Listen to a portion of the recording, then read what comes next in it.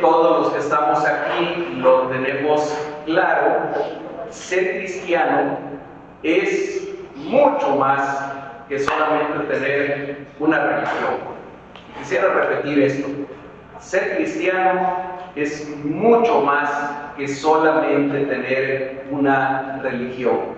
Es más bien identificarse, ser imitador, ser aprendiz, ser discípulo de alguien a quien reconocemos como el Cristo, como el Mesías, es decir, al Señor Jesucristo. Como consecuencia de esto, como consecuencia de ser un discípulo de Jesucristo, ser cristiano es también estar en el mundo sin ser parte del mundo. Ser cristiano es también ser sal de la tierra sin compartir los valores que comparte esta tierra.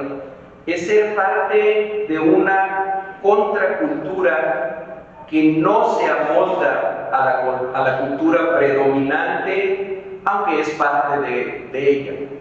Nosotros estamos en esta tierra y Dios quiere que estemos en esta tierra. Somos parte del mundo. Dios no quiere que nosotros nos separemos del mundo. Dios no quiere que nosotros, como sal que somos, nos encerremos en saleritos eclesiales.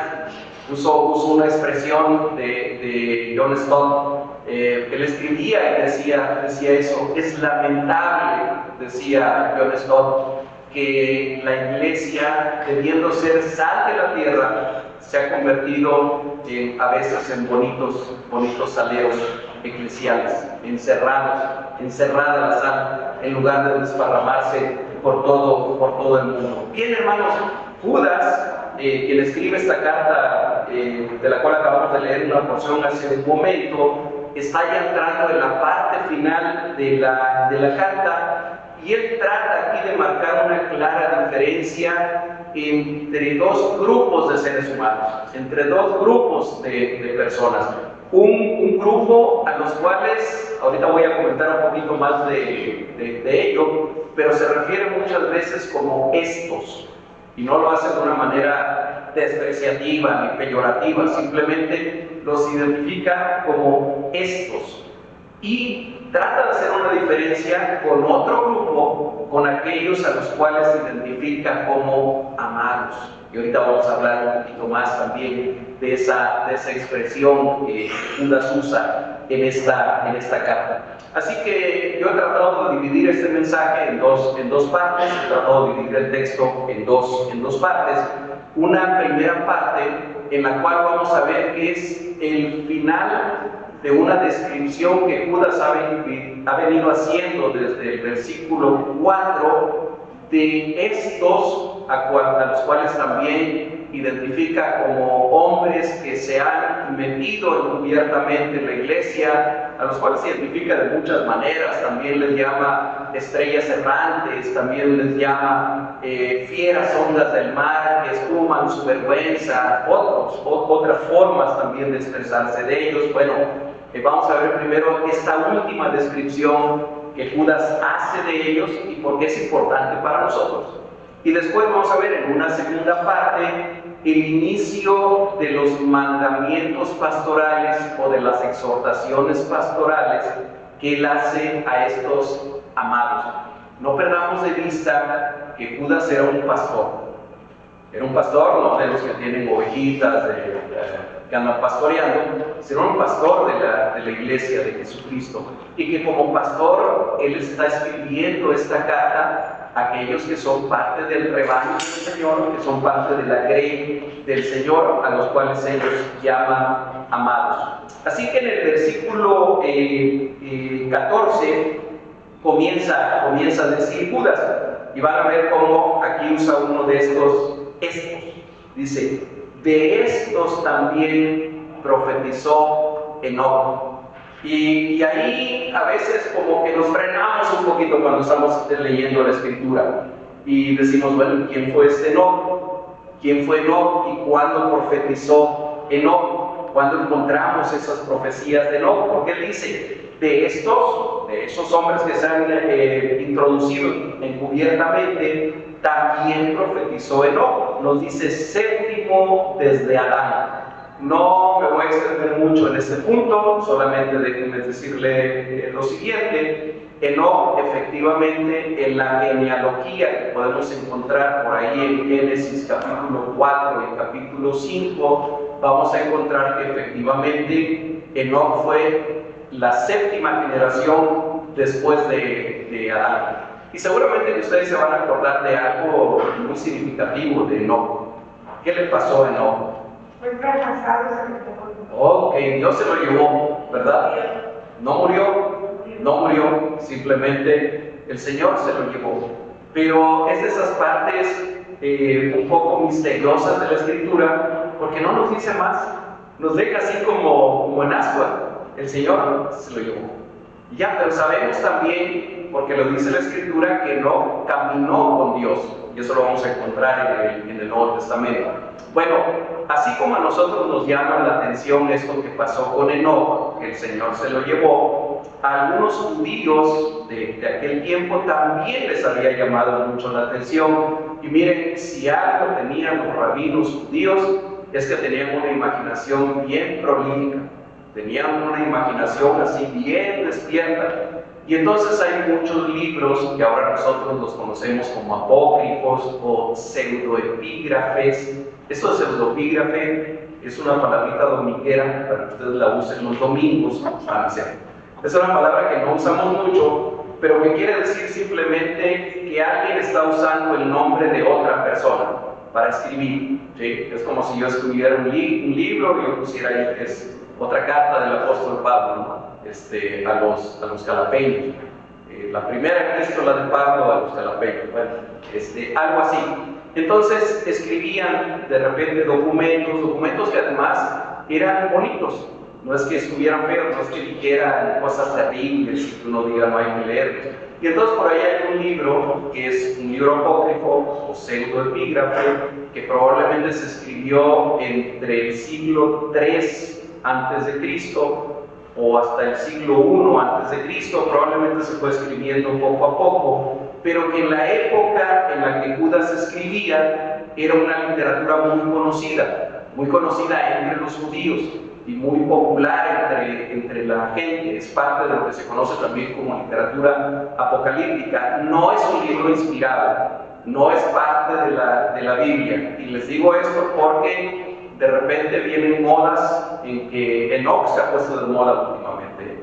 Es más, hay por ahí alguna edición de alguna Biblia que por lo demás es Reina Valera, de 1960 creo, pero que trae el libro de Enoc también. Lo trae hasta el final, y lo trae ahí. Bueno, si alguien quiere leer el libro de Enoc, léalo.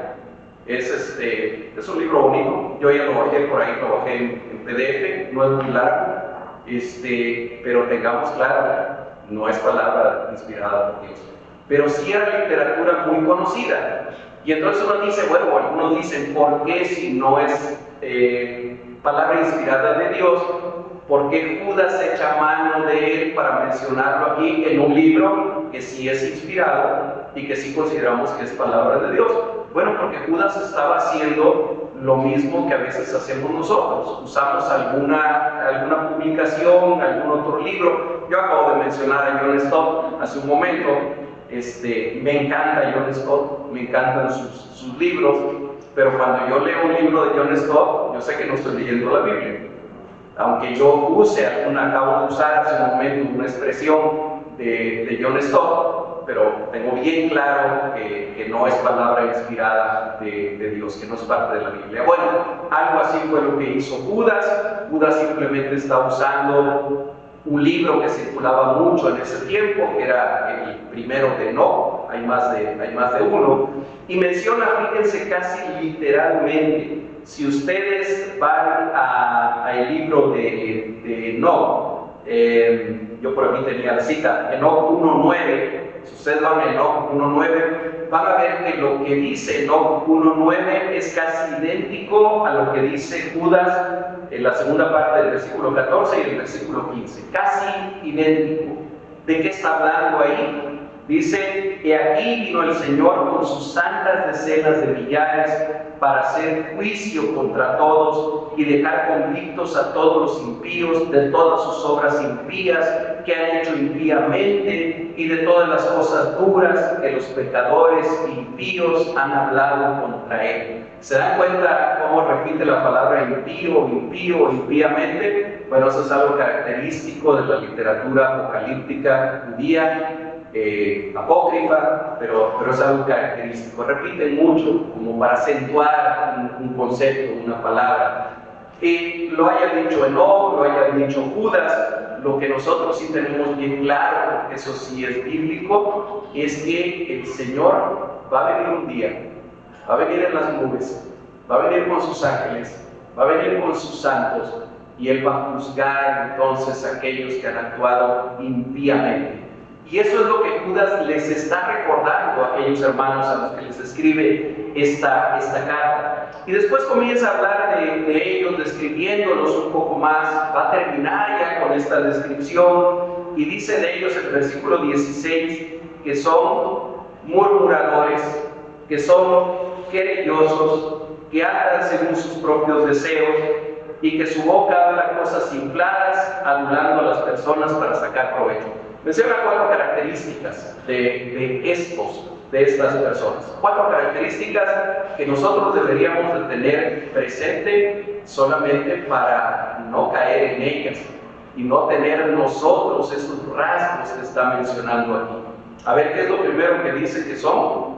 Dice que son murmuradores. ¿Qué quiere decir esto de murmuradores? ¿Qué es eso del murmurar?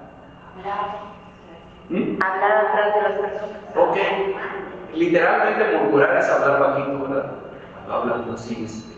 Así que yo me acuerdo que cuando mis hijos estaban pequeños y que a veces los regañábamos o les decíamos algo y se iban siempre diciendo probablemente alguna plegaria a nuestro favor. ¿Qué dijiste? Bueno, eso es murmurar, pero hablamos así bajito.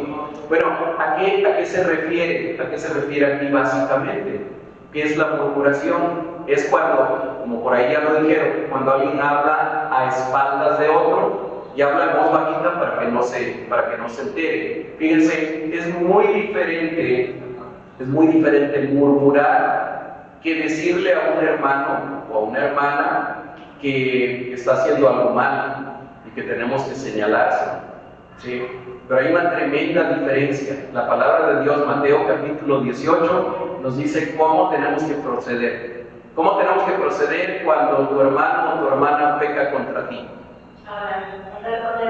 Dice: ve, y estando tú a solas con él, díselo, y si te escuchan, ya ganaste a tu hermano. Y luego sigue diciendo qué más tenemos que hacer si no nos escuchan. Pero la murmuración es cuando nosotros hablamos a espaldas de alguien. En alguna ocasión alguien lo escuché decir esto y es de las cosas que se me quedaron grabadas y que me acuerdo mucho de esto. Alguien me dijo en alguna ocasión: nunca digas algo de alguien que no puedas decir delante de él, que no puedas repetir delante de él. Y creo que es una muy buena regla cuando hablamos de alguna otra persona.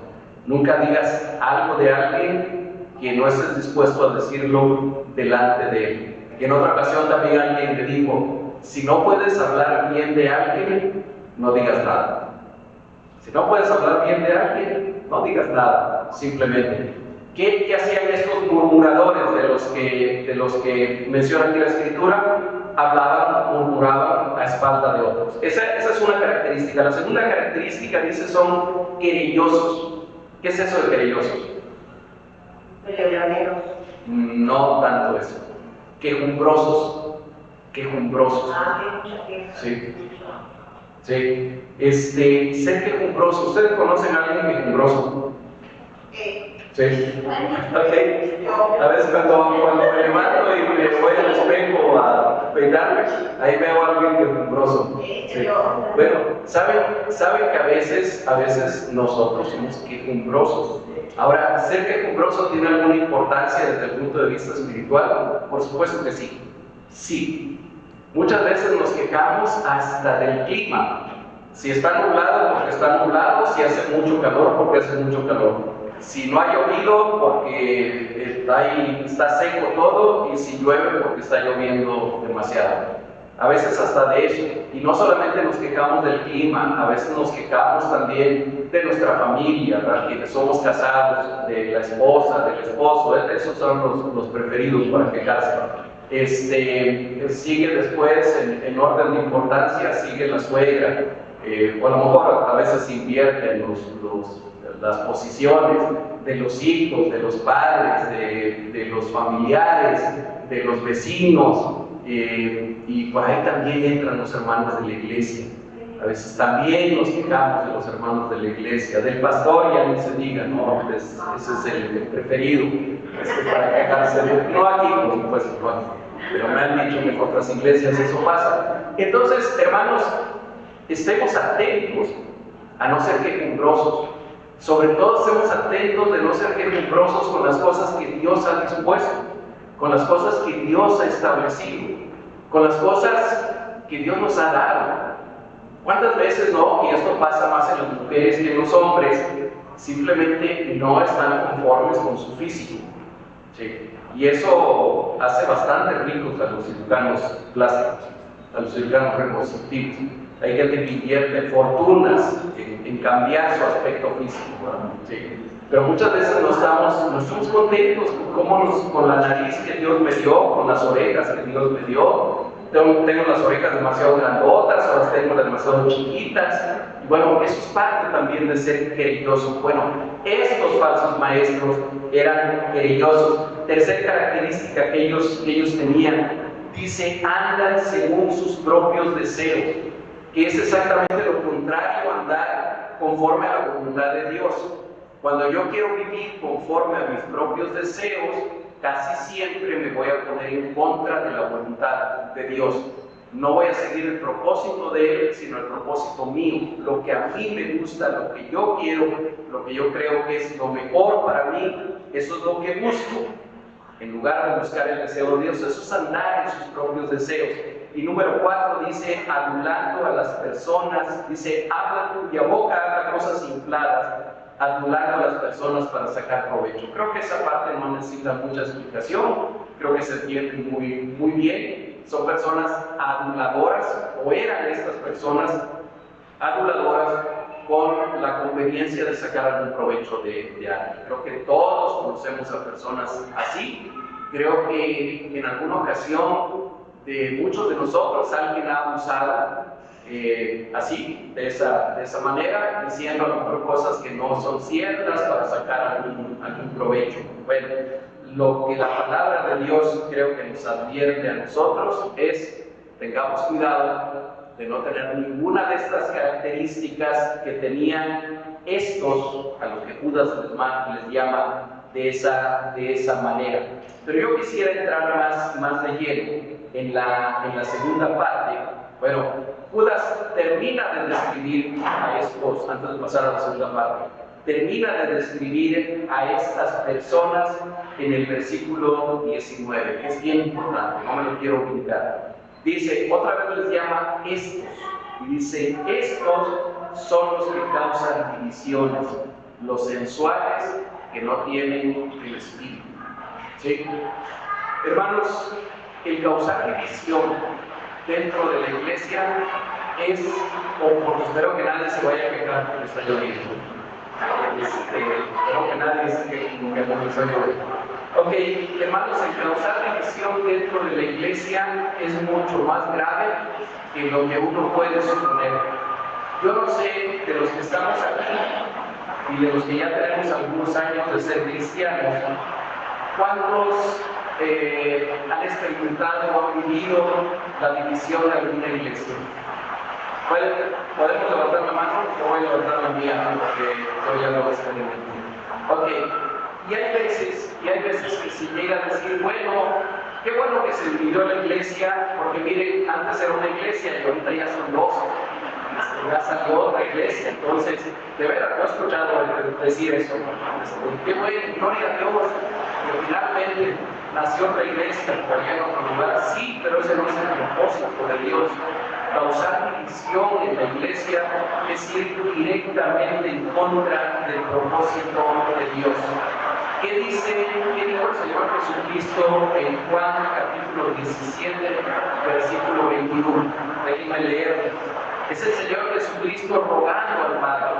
Acuérdense que el capítulo 17 de Juan es la oración sacerdotal del Señor Jesucristo. Jesús está orando al Padre y le dice: Padre, que sean uno, como tú, oh Padre, en mí y yo en ti, que también ellos sean uno en nosotros, para que el mundo crea que tú me enviaste.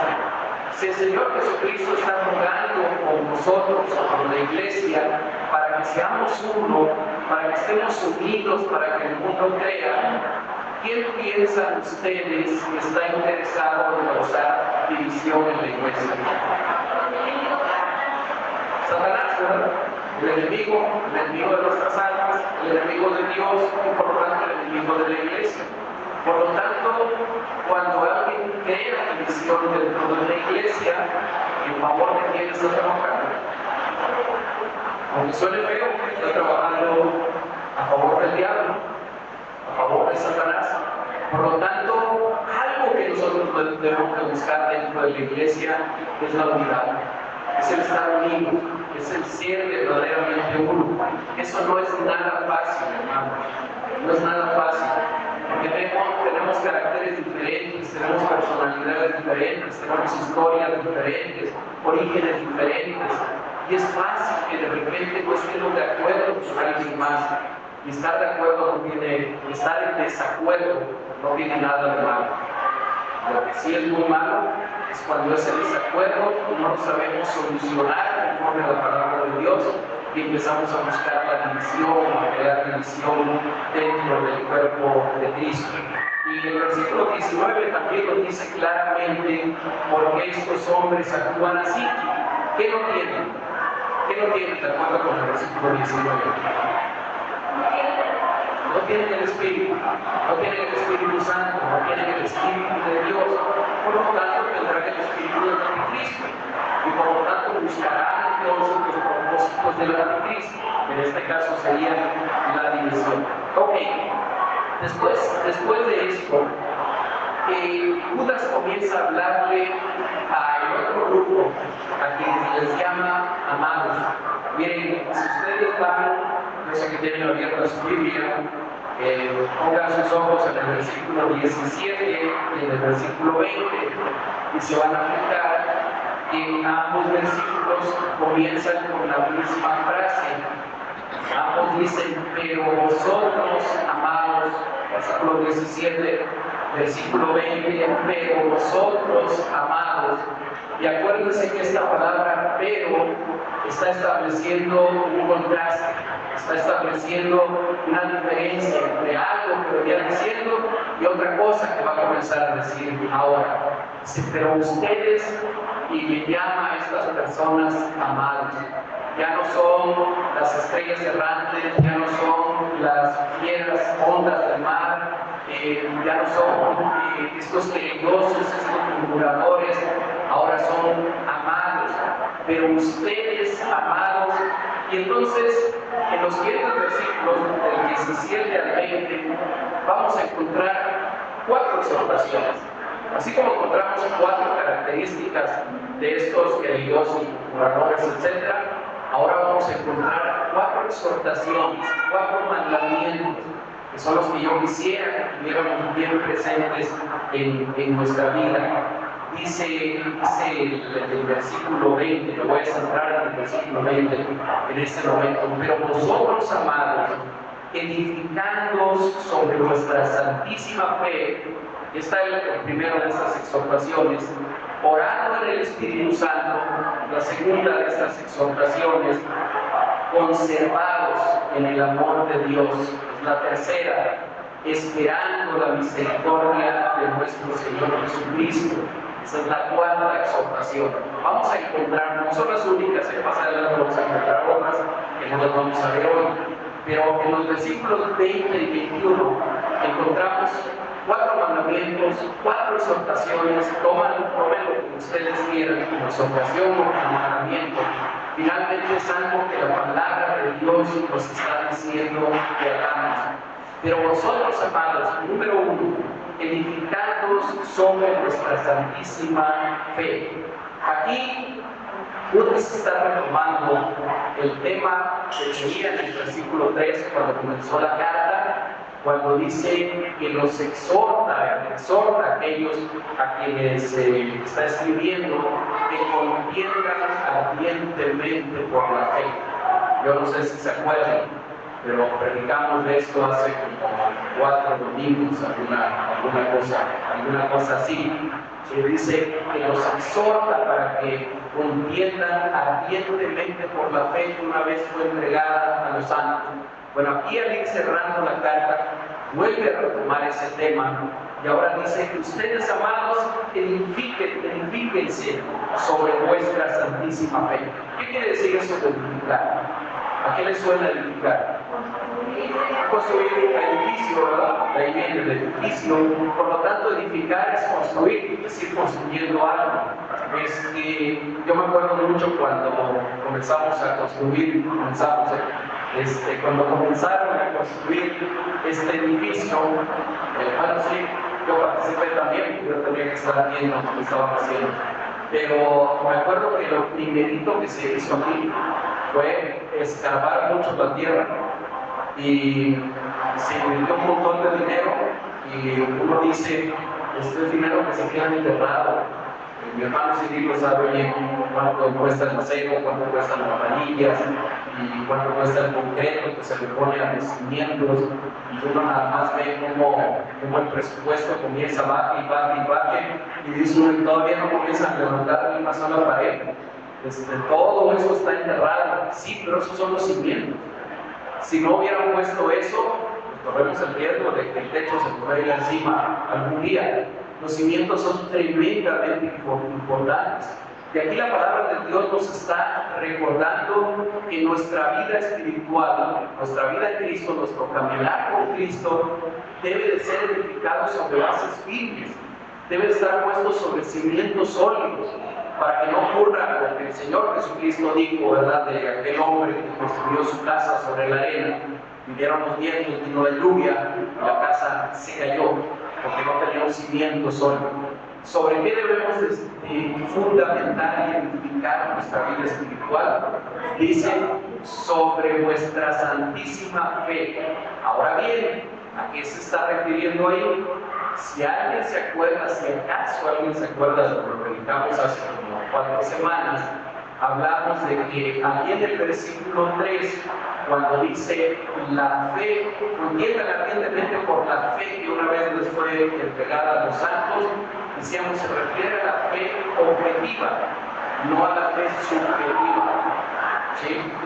Se refiere a aquello en lo que creemos, aquello que está establecido en la palabra de Dios, que fue lo que el Señor Jesucristo le enseñó a sus discípulos y que fue lo que después los apóstoles repitieron al resto de los creyentes, y que los creyentes siguieron repitiendo hasta llegar a esta generación en la que estamos ahora.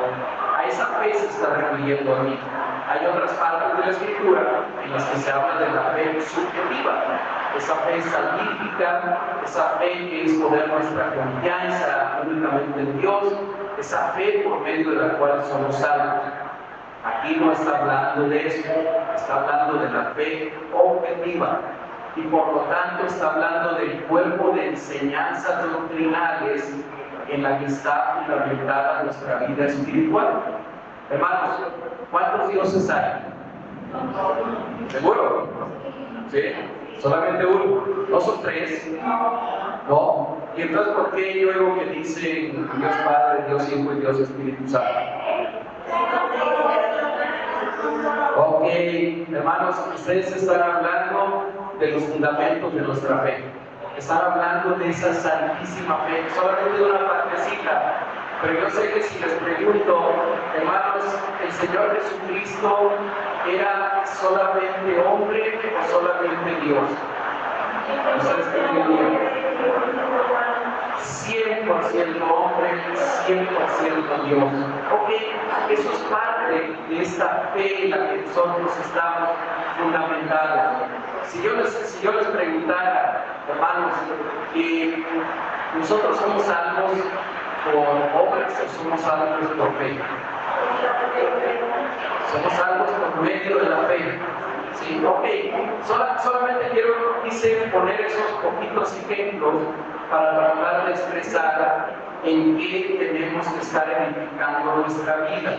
Si nosotros edificamos nuestra vida solamente en creencias, si edificamos nuestra vida espiritual en lo que le escuchamos decir al pastor, o lo que escuchamos en algún video de YouTube, o de TikTok, o alguna cosa así, estaremos en serio peligro, un serio peligro espiritual. Entonces, ese es el primer mandamiento que nosotros tenemos que considerar, la primera exhortación de esta parte que tenemos que considerar para nuestra vida, para nuestra propia vida.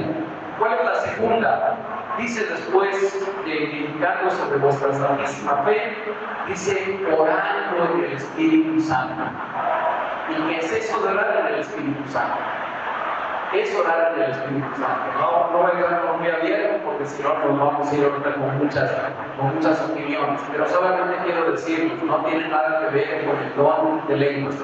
No tiene que ver nada con alguna manifestación especial. A veces se habla de la oración en el Espíritu Santo como aquella en la que alguien se cae o en la que alguien comienza a hablar en alguna otra lengua o alguna cosa así. Orar en el Espíritu Santo es orar en la verdad de Dios. Cuando nosotros estamos orando conforme al propósito de Dios, conforme a la verdad de Dios, estamos orando en el Espíritu Santo. ¿Quieren ir, por favor, solamente para clarificar más esto, a Efesios capítulo 6, versículo 18? Efesios 6, 18. Quisiera que lo viera directamente en su Biblia. Efesios capítulo 6, versículo 18. ¿Ven? ¿Ya lo tenemos? Bueno, me siguen ahí con su vista. Dice, orando en todo tiempo, con toda oración y súplica en el Espíritu, y velando en ello con toda perseverancia y súplica por todos los santos. Y aquí entendemos entonces que orar en el Espíritu significa también velar en la oración.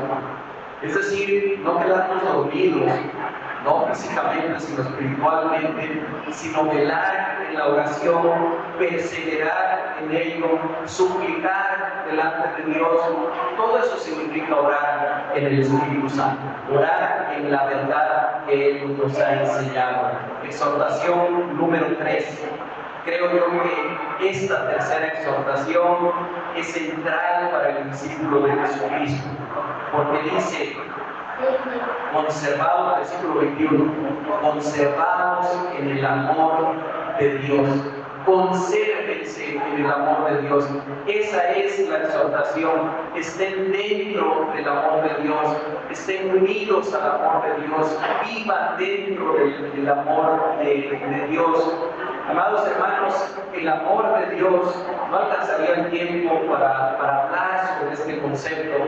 No es exactamente lo que estamos abordando, pero es una parte importante.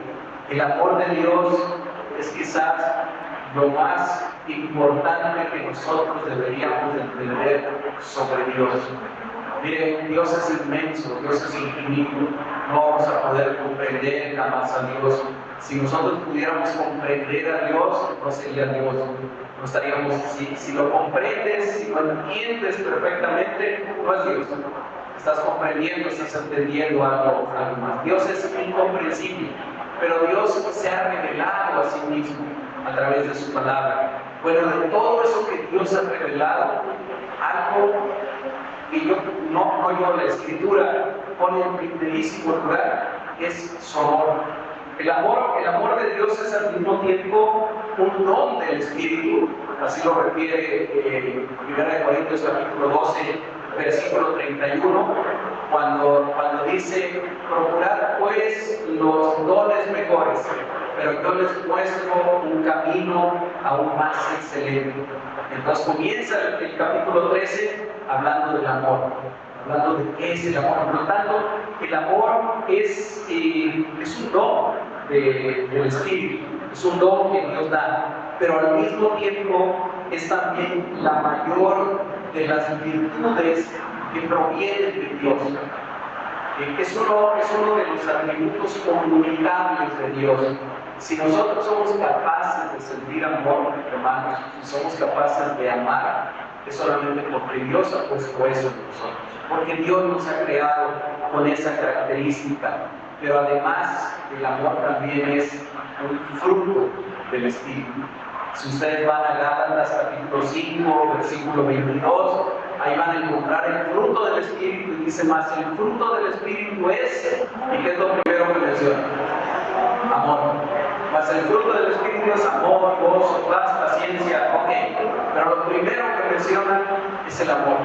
Primera de Corintios capítulo 13, versículo 13 dice, y ahora permanecen la fe, la esperanza y el amor.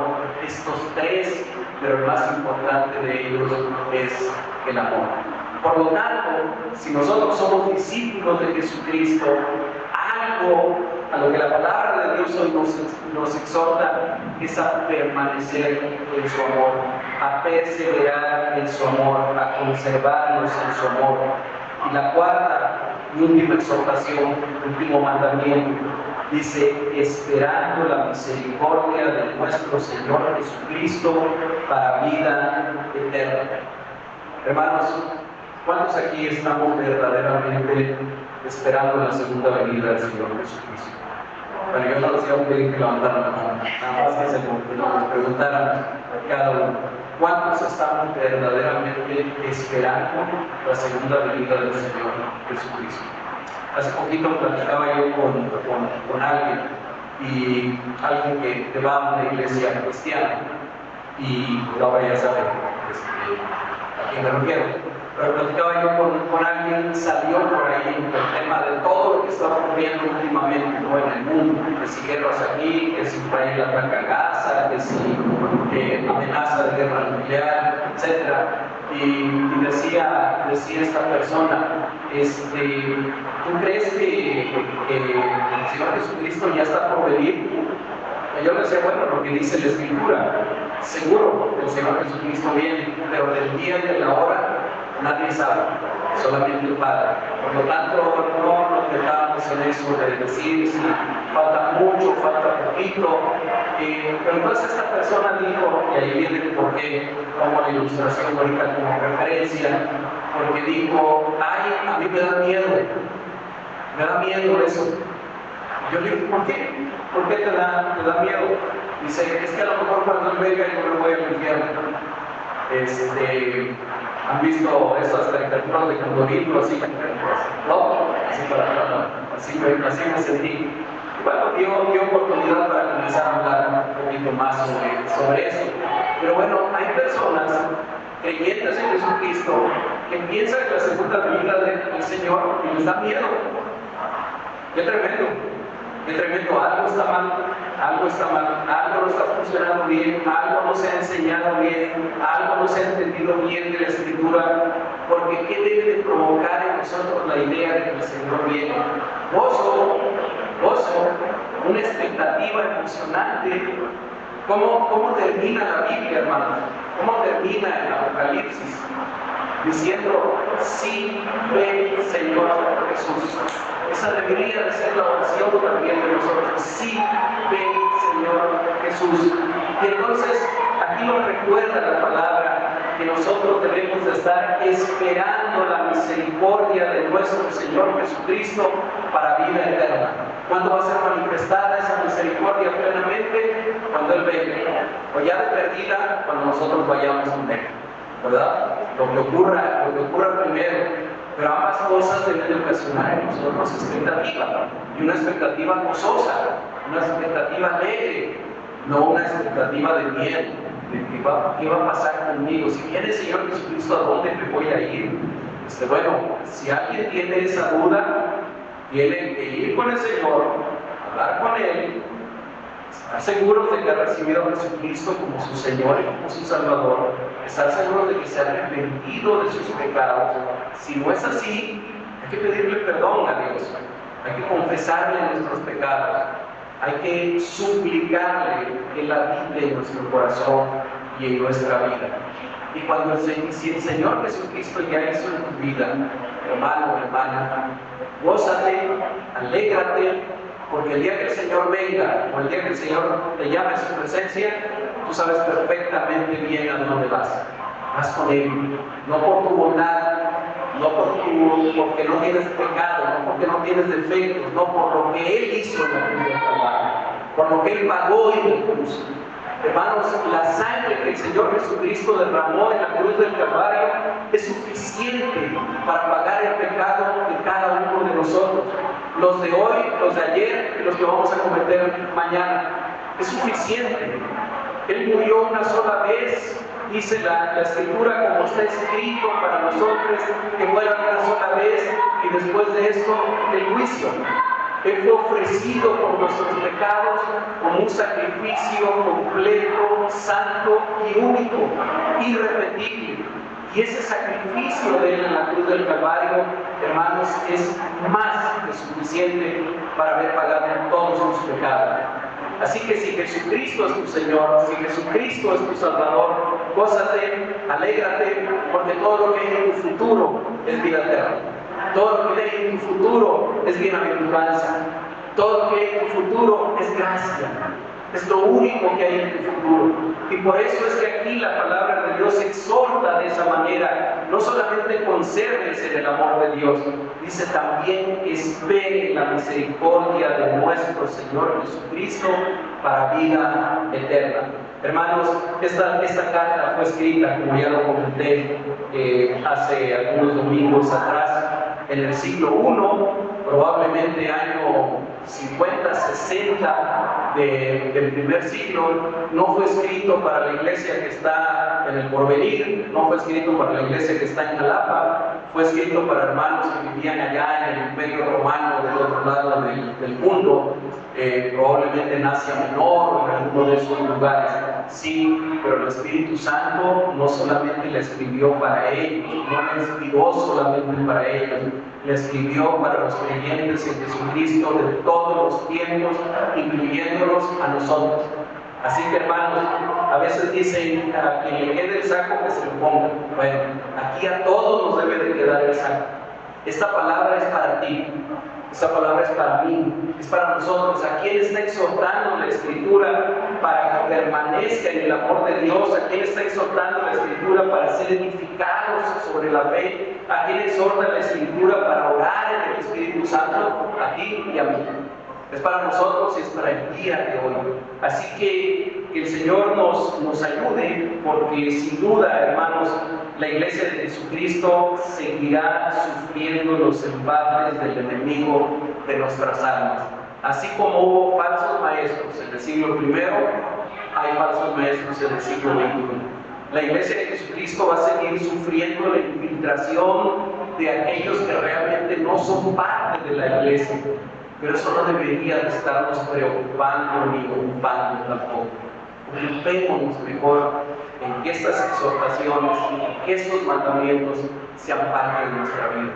Seguros de que la promesa del Señor Jesucristo cuando Él dijo que sobre esa roca estaría fundando su iglesia, y dijo, y ni las puertas del Hades y las puertas del infierno prevalecerán contra ella, eso es una verdad, y eso sigue siendo verdad el día de hoy. Oremos, hermanos. Amado Dios y Padre eterno, gracias por tu palabra. Gracias, Señor, por esta palabra que es viva, que es eficaz, que es más cortante que espada de doble filo. Señor, gracias porque sabemos que es tu Santo Espíritu el que nos habla, es tu Santo Espíritu el que se mueve aquí en medio de nosotros. Gracias, Señor. Yo te suplico, te ruego en el nombre de Jesucristo, Señor, que esa palabra quede sembrada en el corazón de cada uno de los que estamos aquí en esta tarde. Te rogamos, Señor, que tú nos ayudes para que no seamos solamente religiosos, para que no seamos solamente miembros de una iglesia o de una denominación, que seamos discípulos tuyos, Señor, y que tu Santo Espíritu nos lleve a seguirnos edificando sobre esa fe que una vez nos ha sido entregada. Que tu Santo Espíritu nos lleve, Señor, a orar persistentemente en tu Espíritu. Que tú nos lleves también, Señor, a ser fortalecidos cada día, a conservarnos en el amor tuyo y a estar esperando con expectación, con emoción, con gozo, el día que tu misericordia sea manifestada plenamente cuando tú vengas, Señor Jesucristo. Gracias, gracias por este tiempo, gracias por esta palabra tuya. Oramos en el nombre de Jesucristo, nuestro Señor y Salvador. Amén.